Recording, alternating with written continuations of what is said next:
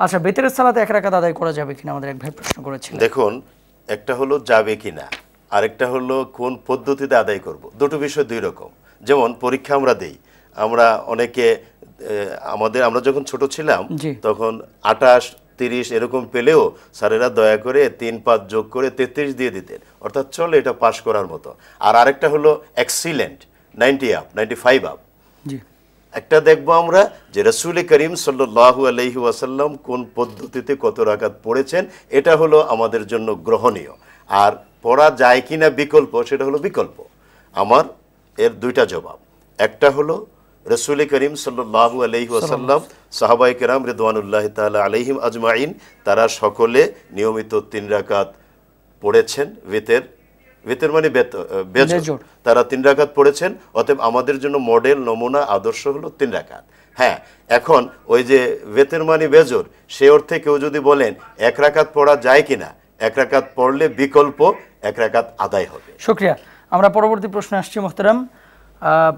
এটা আসলে অতটা গুরুত্বপূর্ণ কোনো প্রশ্ন না, যে আল্লাহর দিদারকে যারা বিশ্বাস করে না তাদের হুকুমটা কি হবে, বা কোরআন সুন্নাহকে মানে কি বলা হয়েছে? জি না, আর আল্লাহর বিধান, আল্লাহর বিধান, অর্থাৎ উনি যে প্রশ্নটা করেছেন, আল্লাহর বিধানকে মানি না কিন্তু কোরআন হাদিস মানি, কোরআন সুন্নাহ মানি। জি না, এখন কোরআন হাদিসের চেয়ে অ্যাপ্রোপ্রিয়েট হলো কোরআন এবং সুন্নাহ। সুন্নাহর ভিতরে হাদিস আছে, আরো নবীজির জীবনের সবকিছু আছে। সো কথাটা হলো কোরআন এবং সুন্নাহ। আর কোরআন এবং সুন্নাহ মানার মানেই হলো আল্লাহর বিধান মানা। অতএব কেউ মানি না বললেও তিনি যদি কোরআন এবং সুন্নাহকে মানেন, তাহলে আল্লাহর বিধানকে মানা হয়ে গেল। শুকরিয়া। আরেকটি প্রশ্ন ছিল, তাহাজ্জুদ সালাতের হুকুম কি? তাহাজ্জুদ সালাত সুন্নাহ, নফল নাকি ফরজ নাকি ওয়াজিব, হুকুমটার বিষয়ে যদি বলেন। তাহাজ্জুদ, দেখুন আমরা টোটাল ইবাদতকে 2টা ভাগে ভাগ করি। একটা হলো ওয়াজাবাত, এটা সবগুলো ওয়াজিব মানে ফরজ অর্থে ম্যান্ডেটরি। আরেকটা হলো সব নফল। ওই নফলের ভিতরে সুন্নাত, মুস্তাহাব ইত্যাদি সবকিছুকে আমরা নিয়ে আসি। সেই দিক হিসাব করলে এই যে তাহাজ্জুদ, এটা অ্যাকচুয়ালি সুন্নাত, বাট আমরা ওই সুন্নতকে নফল ক্যাটাগরির দ্বিতীয় ক্যাটাগরির অন্তর্ভুক্ত করে অনেকে নফল বলতে চাই। যেটাই বলি সমস্যার কিছু নাই, তাহাজ্জুদ সুন্নত। এবং রাসূল করিম সাল্লাল্লাহু আলাইহি ওয়াসাল্লাম তাহাজ্জুদ আদায় করতেন 8 রাকাত নরমালি। কখনো 2-1 বার কম হয়েছে, 2 রাকাতও 1 বার পড়েছেন, কিন্তু স্বাভাবিকভাবে 8 রাকাত। শুকরিয়া। আরো একজন কলার আছেন মোহতারাম। আসসালামু আলাইকুম। ওয়া আলাইকুম আসসালাম ওয়া রাহমাতুল্লাহি ওয়া বারাকাতুহু। আমার প্রশ্ন হলো, প্রথম প্রশ্ন হলো যে আমাদের পুরুষের, মুসলমানের দাড়ি রাখা কি ওয়াজিব না সুন্নত? আচ্ছা, 1 নাম্বার প্রশ্ন। 2 নাম্বার হলো দাড়ির মাপ কাটি দেখি, কেউ কেউ বলে যে মানে 40 হাত দূর থেকে মানে তার দাড়ি আছে বললে বুঝলেই হইলো, সুন্নত আদায় হইলো। আর কেউ বলে যে 1 মুষ্টি। এটার বিষয়টা একটু। আর লাভেল অনুষ্ঠানের যে হুজুর যিনি পরিচালনা করেন, উনারই 1 মুষ্টি দাড়ি নাই। তাহলে ওই দাড়ির বিষয়টা একটু মানে আমারে জানাবেন। আচ্ছা আচ্ছা, ঠিক আছে। প্রিয় দর্শক, আপনার কাছে আমারও একটি প্রশ্ন, আমি পরিচালনা করছি, যে কতটুকু আছে এটা হয়তো বা আপনিও মেপে দেখেন নাই। যাই হোক, বিষয়টা হচ্ছে কসরুস সাওয়ারি বা ওয়াফুল লুহা, আল্লাহ রাসূল সাল্লাল্লাহু আলাইহি ওয়াসাল্লামের সরাসরি হাদিস, যে মোচকে খাটো করো আর দাড়িকে তোমরা ছেড়ে দাও। এখন কথা হচ্ছে যে দাড়ি ছেড়ে দেওয়ার অর্থ অবশ্যই এক মুষ্টির সমস্ত জমহুর কওল, ওলামা ইকরামের ম্যাক্সিমাম, ইমাম শাফি রহমতুল্লাহ আলাইহির মত অনুযায়ী তিনি বলছেন যে মুখে দাঁড়িয়ে আছে এটা বুঝলেই সুন্নত আদায় হয়ে যাবে। আমরা মুহতারামের কাছে বিষয়টি নিয়ে জানতে চাই। জি, মূল কথা আপনি বলে দিয়েছেন। আমি আরেকটু কথা সম্পূরক যুক্ত করব। জি, সেটা হলো 40 হাত দূর থেকে বা 40 গজ দূর থেকে দেখলাম কি দেখলাম না, ওটা শরীয়তের কোনো মাপকাঠি না। এটা হলো অনুমান ভিত্তিক কথা। যেমন এককালে আমরা যখন ছোট ছিলাম, ঘড়ি ইত্যাদি তখন আপডেটেড ছিল না। ওই যে সাহারি খেত লোকজন, তখন দেখতো ওই যে পশম দেখা যায় না, তার মানে অন্ধকার আছে, খেয়ে ফেললে হবে। এগুলো হলো মুরব্বীদের ওই সময়কার একটু অনুমান ভিত্তিক সিদ্ধান্ত। ওইগুলো কোনো কথা না। মূল কথা হলো আপনি যেটা মূলনীতি বললেন, অর্থাৎ গোফ খাটো করো আর দাড়ি লম্বা করো, ছেড়ে দাও। তো ছেড়ে দিতে যে ওখানে সৌন্দর্যের ব্যাপার আছে।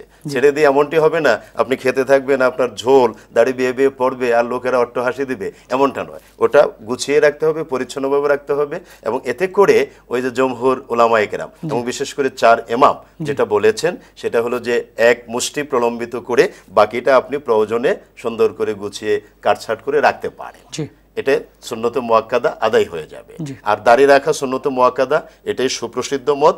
তবে ওয়াজিব যদি কেউ বলেন, সুন্নতে মুআক্কাদা এবং ওয়াজিব একেবারে কাছাকাছি, দুটোর মধ্যে কোনো দ্বন্দ্ব নাই। সূরা কাহাফ তো প্রতিদিনের আমলের ব্যাপারে কি কোনো সুন্নাহ আছে, হাদিস রয়েছে কিনা? আসলে কোরআনে কারিম তো তেলাওয়াত করা, জানা, অর্থ জানা, ব্যাখ্যা জানা, নিজের জীবনের জন্য ওটা প্রয়োগের ব্যবস্থা করা, এটা তো ম্যান্ডেটরি ফরজ আমাদের জি। জন্য। অতএব সবচেয়ে বড় আমল এবং সবচেয়ে বড় গুরুত্বটা এখানেই যে কোরআনে কারিমকে শুধু তেলাওয়াত করব না, সহিভাবে তেলাওয়াত করার পাশাপাশি জানবো এবং নিজেরা মানবো, জি। আমল করব। এর চেয়ে বড় গুরুত্ব আর কিছু নাই। তো ক্ষেত্রভেদে কোনো কোনো সূরা বা আয়াতে কারিমার কিছু কিছু আলাদা গুরুত্বের কথা রাসূল করিম সাল্লাল্লাহু আলাইহি ওয়াসাল্লাম বলেছেন, সেগুলো ভিন্ন। তো উনি সূরা কাহাফ এবং সূরা মুলক এগুলো প্রতিনিয়ত তেলাওয়াত করবেন, এটা ভালো, খুবই ভালো, সুন্নাহ সম্মত নিঃসন্দেহে। নবীজিও তেলাওয়াত করতেন, সাহাবায়ে কেরামও তেলাওয়াত করতেন। অতএব ওই গুরুত্বের কারণে তিনি তেলাওয়াত করতেই পারেন। আচ্ছা, আর সূরা মুলকের ব্যাপারে একটা কথা প্রচলিত রয়েছে যে যদি কেউ সন্ধ্যার পরে বা রাত্রিতে ঘুমানোর আগে তেলাওয়াত করে আর তখন যদি সে মৃত্যুবরণ করে, পরবর্তী সময়ে কবরের ফিতনা থেকে আল্লাহ রাব্বুল আলামিন তাকে রক্ষা করেন বা ফিতনার মুখোমুখি করেন না, এই বিষয়ে কি বর্ণনাটি? এই বিষয়ের মূল বিষয়টা হলো, যদি তার ঈমান অটুট থাকে, অক্ষুণ্ণ থাকে, আর ওই অবস্থায় যদি তিনি তেলাওয়াত করেন, তাহলে তার জন্য এই মেসেজটা প্রযোজ্য হবে। শুকরিয়া মুহতারাম। আর একটি গুরুত্বপূর্ণ প্রশ্ন আমাদের ভাই মাসুম জানতে চেয়েছেন, মৃত্যুর আগে যে অঙ্গ দান করা হয় সেটা চক্ষু হতে পারে, রক্ত হতে পারে, অথবা অন্য অন্য অঙ্গ প্রত্যঙ্গ হতে পারে, এ ব্যাপারে শরীয়ী দৃষ্টিভঙ্গি কি? হ্যাঁ, এটা হলো অন্যের কল্যাণের জন্য, মানবতার কল্যাণের জন্য। যেমন কিডনি, এটা দুর্লভ ব্যাপার, সব জায়গায় সবসময় পাওয়া যাবে না। এই অবস্থায় মৃত্যুর পরবর্তী যে দানটা, এটা হতে পারে। এটা ইসলাম অনুমোদন দেয়, সমর্থন করে, এবং এখানে আইনগত কোনো জটিলতা নাই। জটিলতা মাঝে মধ্যে আমরা তৈরি করি। অতএব কেউ যদি স্বেচ্ছায় এই কথা বলে দেন তার মৃত্যুর আগে, সেটাও হবে।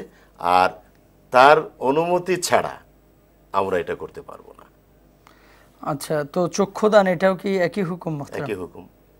আমার চক্ষু ধরেন, আমার মৃত্যুর পরে আমি যদি আগে বলে যাই, অথবা কেউ আমাকে জিজ্ঞেস করার পরে যদি বলে হ্যাঁ আমার মৃত্যুর পরে এটা প্রয়োজনে দান করা যাবে, কাজে লাগানো যাবে, তাহলেই সেটা সম্ভব।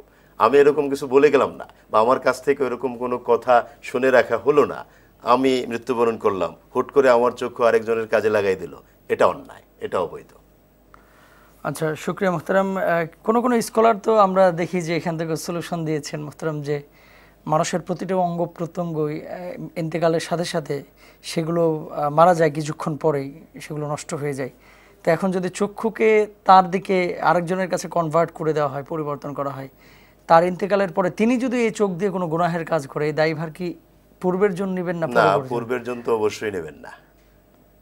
আচ্ছা, পরবর্তী যিনি চলে গেলেন তিনি গেলেন, যিনি তার চক্ষুটা ব্যবহার করে অন্যায় করছেন, সেটার দায়ভার তারই, যিনি করছেন। আচ্ছা, শুকরিয়া মুহতারাম।